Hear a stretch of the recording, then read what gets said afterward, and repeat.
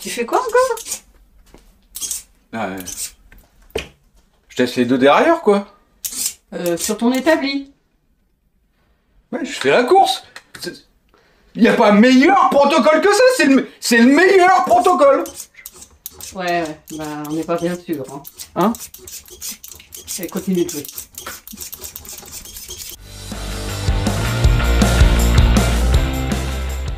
Salut à tous! Cette vidéo, ça faisait un moment que je voulais la faire parce que il y a peut-être 1 an ou 2 ans, j'avais vu dans une vidéo de Bumpik, une chaîne que j'adore, il avait testé un dérailleur électronique sans fil d'une marque chinoise qui s'appelait Wheeltop. À l'époque, j'avais essayé de le choper parce que ça me semblait une super alternative et puis un truc à comparer vis-à-vis de SRAM AXS évidemment. Le truc n'était pas vraiment disponible, j'ai pas réussi à mettre la main dessus. Mais là, récemment, j'ai vu qu'ils faisaient la pub pour une nouvelle version de ce dérailleur. J'ai envoyé un mail, boum boum badaboum badaboum, et j'ai reçu ça. Tadam. Tadam! Donc la marque c'est Wheeltop et leur modèle ça Electronic Derailleur System. Je vais dire le nom complet et là aussi c'est pas évident parce que j'ai même ma tablette pour m'en rappeler. Donc c'est le Wheeltop EDS-OXYQ MTB donc VTT sans fil dérailleur électronique sans fil. C'est pas très grave, on s'en fout du nom, je vous jure qu'on s'en fout. Hein. Dans la boîte, donc on reçoit le dérailleur, on reçoit la manette qu'on va me montrer tout à l'heure, on reçoit un petit manuel et on reçoit le câble de dérailleur et le système de fixation. Le câble de dérailleur? Non, le câble de charge, c'est ce que j'ai dit? Non, t'as dit le câble de dérailleur. D'accord, le câble de charge de dérailleur. Allez, tous les mots il faut. C'est pas la même chose. Le câble de charge de dérailleur. J'attaque par ça tout de suite. Il est long, ce qui est une bonne chose. Parce que la batterie... Ouais, ça c'est l'autre truc que je trouve peut-être un peu moins bien. La batterie, elle est fixée, elle s'enlève pas. Ou potentiellement elle s'enlève, mais il y a quelques vis à enlever avant d'y arriver. Enfin voilà, c'est pas... Pas pratique. C'est moins pratique que la XS. En termes d'encombrement, tu nous fais un gros plan s'il te plaît? On est très équivalent. Hein. Ça sort à 480 € je crois sur le site, ou 479, quelque chose comme ça. Le DS il est... Le DS, ouais, il sort à 479. Je l'ai vu sur le site. D'accord. Le kit GX AXS première version, il sort à 450 dans ces eaux-là. Quels sont les avantages énormes qui m'ont sauté aux yeux tout de suite, ce pourquoi je voulais vraiment le tester, ce EDS. Je peux le mettre sur des cassettes qui vont de 3 à 14 pignons. Tu vois ce que je veux dire? Lui, il va que sur du 12. Hein. Et encore, pas le même 12, hein, en fonction des versions. Voilà. Faut avoir la cassette adéquate. Faut avoir la cassette adéquate. Bon, celui-là, il va sur du cassette Shim ou 12 vitesses ou sur du cassette SRAM 12 vitesses, mais pas les dernières. Pas les T-Type. Voilà, donc celui-là, il va de 3 à 14 vitesses. Tu vas me dire, ça n'existe pas encore 14. Regarde un peu l'actualité. Hein. Ouais, on est déjà sur le 13 là. On est déjà sur le 13, sur certains trucs. Donc, de 3 à 14 vitesses. Tu peux le balancer d'un vélo à un autre sans t'inquiéter. C'est quand même genre énorme. Au moins, le prix est investi complètement là. Ça, c'est ce qui est annoncé. Hein. On va le vérifier quand même tout à l'heure. Hein. On va pas. Ouais, parce que là, on vous dit ce qui est marqué, mais après, nous, on va tester pendant 1 mois. Ouais. Et l'autre intérêt que j'aime beaucoup, c'est que je peux régler le micro-shifting, c'est-à-dire des tout petits décalages pour bien ajuster, vitesse par vitesse. Là, je peux micro-shifter, effectivement. Mais ça veut dire que si je décale de 0,2 mm, je décale tout de 0,2 mm. Lui, je peux viser la 4e vitesse ou la 7e vitesse, où il n'y a que elle que je décale de 0,2 mm. Vous allez me dire, ça sert pas à grand-chose. On a parfois des cassettes... genre Sunrace ou We13 par exemple, des cassettes un peu exotiques qui n'ont pas un shifting nickel. Ça permet de l'ajuster au poil de popotin de mouche près. Ouais. Donc, deux avantages énormes que je trouve énormes. Qu'est-ce que, en termes de poids, bon, c'est à peu près égal, franchement. Un autre petit intérêt, peut-être, éventuellement. Tu peux l'acheter en 3 longueurs de cage différentes. Là, j'ai pris la grande pour aller de 10 à 52. Mais si tu sais que tu vas rouler avec des cassettes plus petites, genre 10-42 ou 10-28, tu peux le mettre sur un gravel, par exemple, ou sur un route, hein, en monoplateau. Tu choisis des cages un peu plus courtes, ce qui réduit nettement le poids cette fois-ci. Voilà. Et du coup, tu peux acheter les 3 cages. Hein. Et donc les faire passer assez facilement d'un vélo à un autre. Là, non. Juste hors vélo, là, et je compare avec le AXS première version. Hein.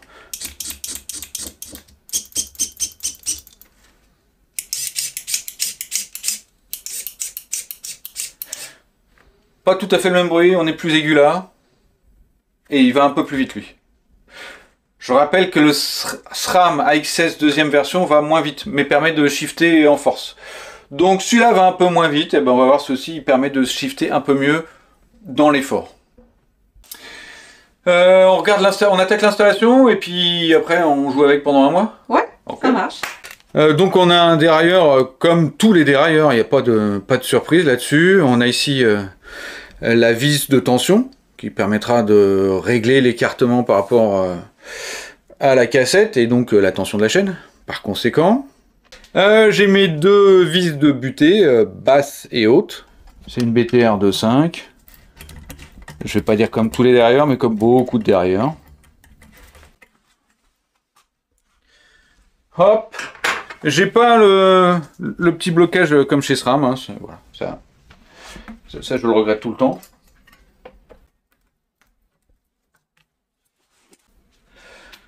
Je suis sur mon petit pignon, donc j'ai ma vis ici pour régler ma butée basse. C'est une BTR de 3. Bon, là j'ai du bol, j'ai rien à faire. Elle est déjà calée. Et si j'ai besoin, je la bougerai. Il faut appairer, apparier pour les lier ensemble. Synchroniser. Pour les synchroniser, donc ta manette et ton dérailleur. Attends, j'ai oublié de dire. Il y a une petite mode d'emploi qui est plutôt bien faite, qui te donne un QR code pour télécharger l'application. Forcément, il y a une application. Les explications sont très très bonnes. Elles ne sont que en anglais ou je suppose en chinois. C'est des idéogrammes, je ne maîtrise pas bien entre les différents idéogrammes. Je sais pas, là je suis un peu sec si tu vois ce que je veux dire. Mais en anglais, donc pour ceux qui parlent anglais, c'est pas dramatique. Ils n'ont pas une version en française, mais un peu... Si, sur l'application. D'accord. Donc tu retrouveras d'autres informations sur l'application, mais dans le livret, j'ai pas de français. Et donc ils viennent complètement appairés déjà. Punaise, ils viennent complètement mis ensemble. Synchronisés. Sinon, la méthode elle est pas ouf hein, pour les appareiller. Oh la vache, pourquoi je m'emmerde avec ce mot-là, pour les appairer. Si tu as une pile bouton, donc tu sors ta pile bouton, tu te mets en mode T, il y a T et N.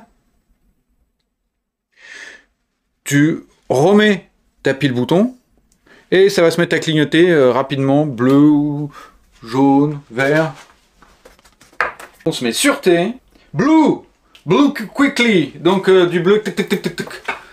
Je fais le bruit de la lumière, le truc qui n'a pas de bruit. Et c'est fait. Mais à l'achat, c'est appareillé tout seul, hein, j'ai rien eu à faire. Dans l'application, donc c'est pas...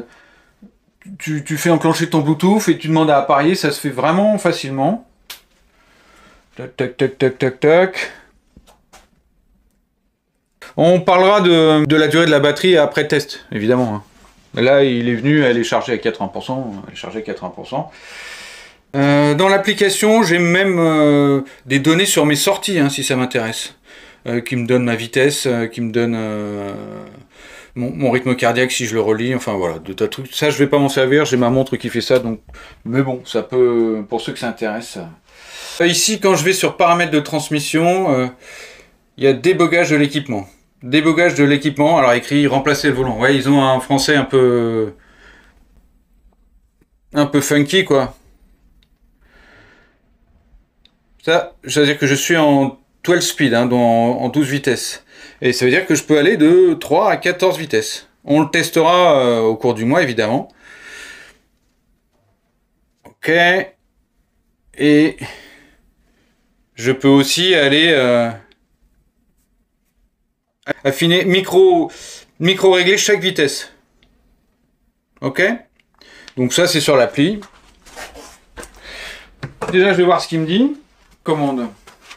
La tâche, elle est comment pour la commande? Elle est un peu différente de celle de chez SRAM. Ça, c'est cette partie-là, elle est un peu moins large. Un peu plus fine. Que chez SRAM. Ouais, on le voit. D'accord? Mais comme je suis un peu feignant, que j'ai pas envie d'enlever mes grippes et tout ça, je vais l'installer quand même.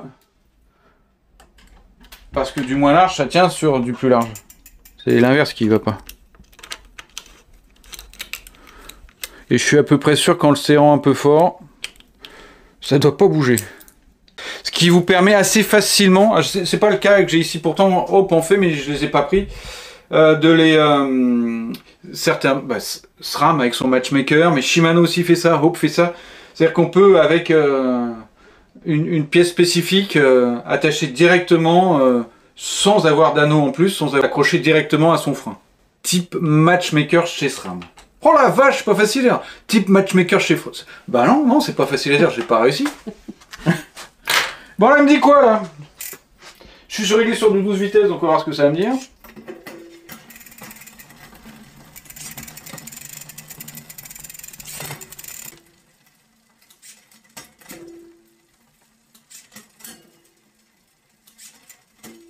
Bah, j'ai rien à faire.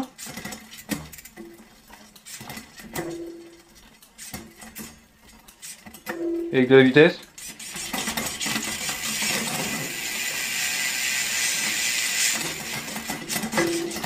Ok, et si je laisse appuyer?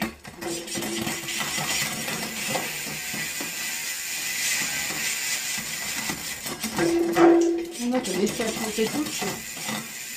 Ouais, pour passer vite, je peux laisser appuyer. Bon, j'ai rien à faire. J'ai rien à faire. Même la butée haute, elle était déjà réglée, donc... On le charge?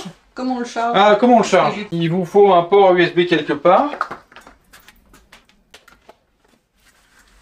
Un port USB quelque part. Et ça se met par le haut. C'est aimanté. Est-ce que ça c'est génial? J'en sais rien. J'ai pas d'idée sur le sujet. Je leur ai demandé à Wheeltop, et effectivement ils ont un service après-vente où ils peuvent te refournir une batterie et voir ça. Mais c'est pas forcément disponible en vente libre tout de suite, je l'ai pas vu sur leur site. Bon bah, on va jouer. On va rouler pendant un mois quoi. À bientôt. Let's go.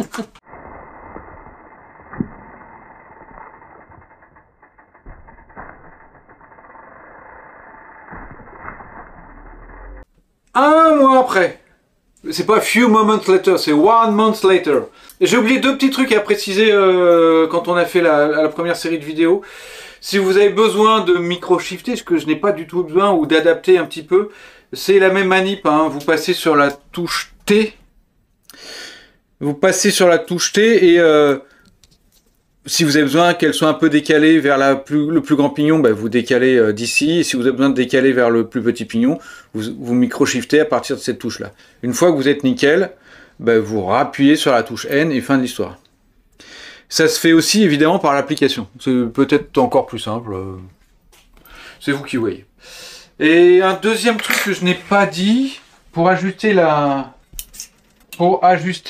l'espace entre le galet et le grand pignon, contrairement à SRAM où on a un outil, ou à Shimano où on a un point de repère derrière sur la cassette, ici ils te disent environ 1 cm. Voilà. Bilan. Allez, maintenant, bilan. Ouais, bilan. Un mois que je roule avec, j'ai pas mal de temps pour rouler, donc je roule 3 à 4 fois par semaine pendant 4 semaines. J'ai rien de mal à dire, j'ai rien fait. Il était installé, ça a shifté tout de suite sans difficulté, et j'ai rien eu à faire.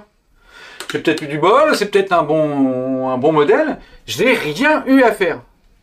Malgré les bosses qui s'est pris. Oui, rien. Tout fonctionne nickel. Et la charge aussi, elle a bien tenu. La charge a bien tenu. On est très comparable à SRAM. Je crois que j'avais noté un moment, j'étais au bout de 18 heures de vélo encore à 75% de charge. Après j'ai arrêté.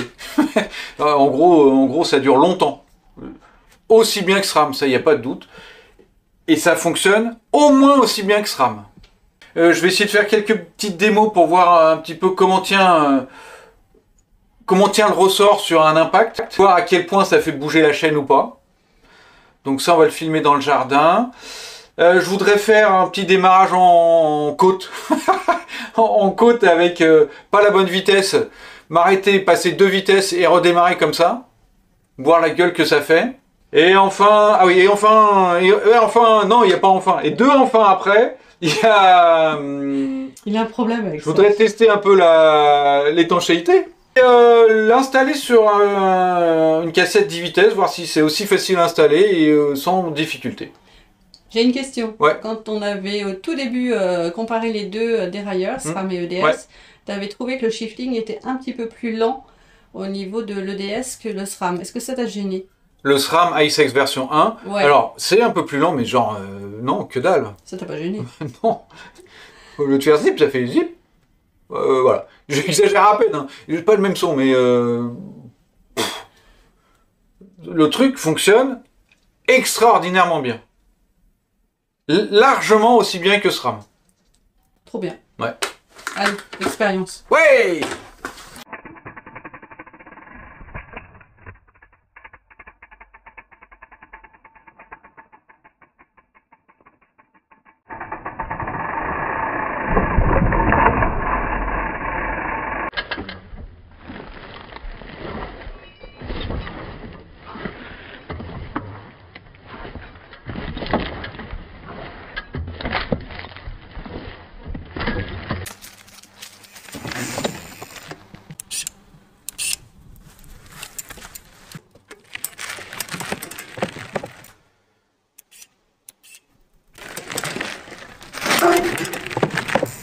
Je te jure, là on fait le test, mais si il marche pas derrière, mais j'aurais tellement les boules. Et moi, donc.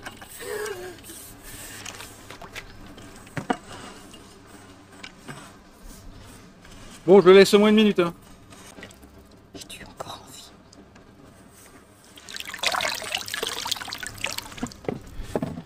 Dès qu'il y a des petites affaires...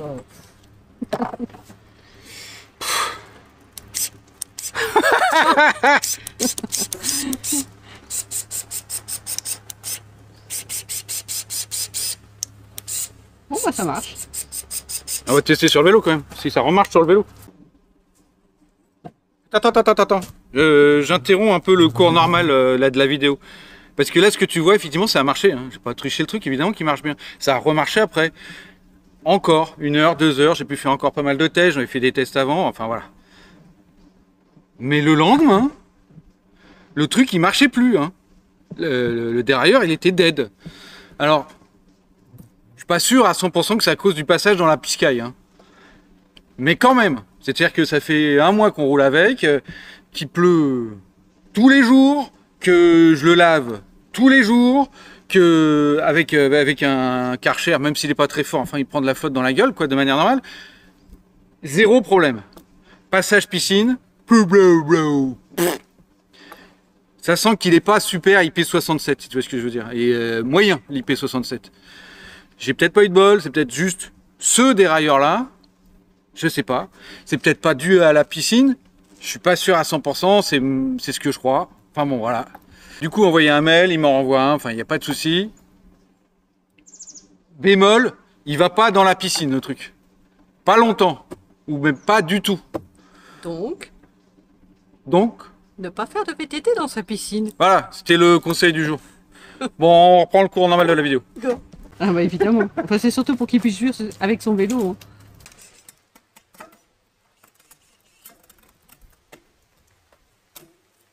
Et c'est après piscine. Donc là j'ai une cassette, 1, 2, 3, 4, 5, 6, 7, 8, 9, 10 vitesses.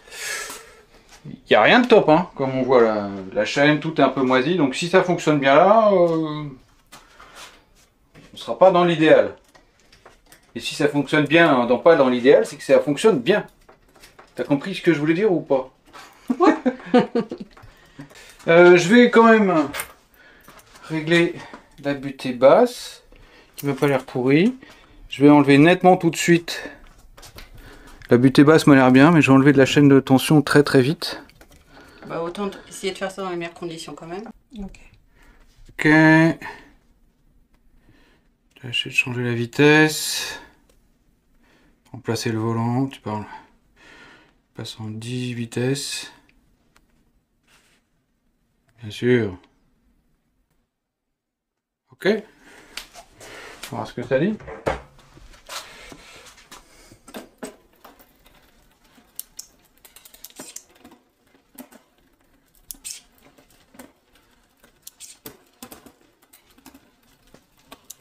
Incroyable! Et si tu appuies encore sur le bouton de monter, est-ce que ça bloque ou est-ce que... Yeah.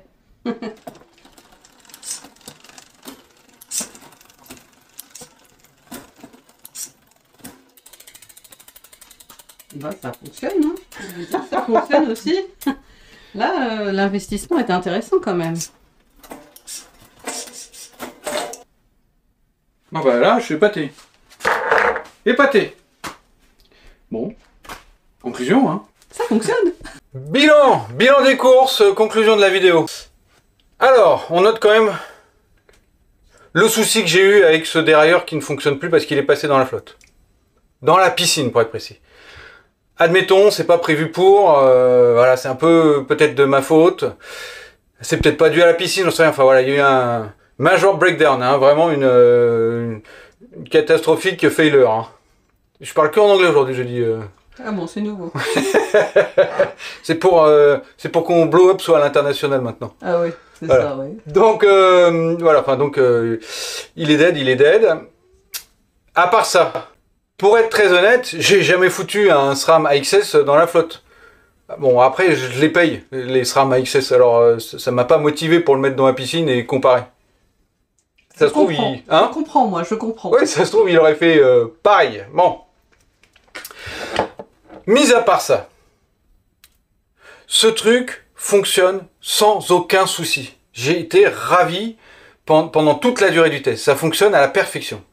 À la perfection. Voilà. Au moins aussi bien que SRAM. Il n'y a aucun doute.